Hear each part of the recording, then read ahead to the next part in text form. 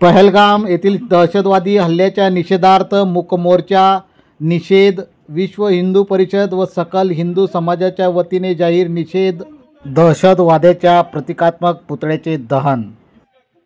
जम्मू काश्मीरमधील पहलगाम येथे पर्यटनासाठी गेलेल्या पर्यटकांवरती अतिरेक्यांनी हल्ला चढवत निरपराध अशा 26 नागरिकांचा त्या ठिकाणी बळी घेतला आहे। या घटनेचा जाहीर निषेध नोंदवण्यासाठी शहादा येथील विश्व हिंदू परिषद व सकल हिंदू समाजातर्फे मूक मोर्चाचे आयोजन करण्यात आले होते। आज दुपारी 4 वाजेच्या सुमारास चावडी चौक ते डॉक्टर बाबासाहेब आंबेडकर चौकापर्यंत मूक मोर्चाचे आयोजन करण्यात आले होते।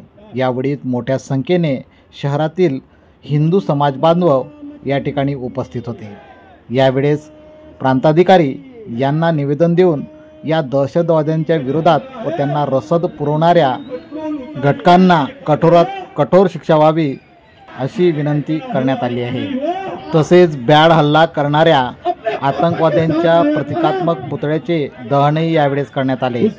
दुपारी 4 ते 6 दरम्यान सर्वच व्यापारी बंधूंनी आपली आस्थापने बंद ठेवून मूक मोर्चामध्ये निषेध नोंदवला।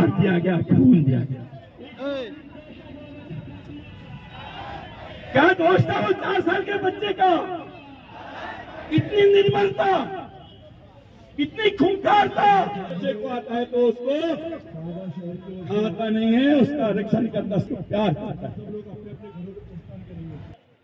की आम्ही हिंदू आहोत, तुम्हाला काय वाटतं? घाबरून आम्ही आमचा सभ्यता सोडून द्यायला पाहिजे?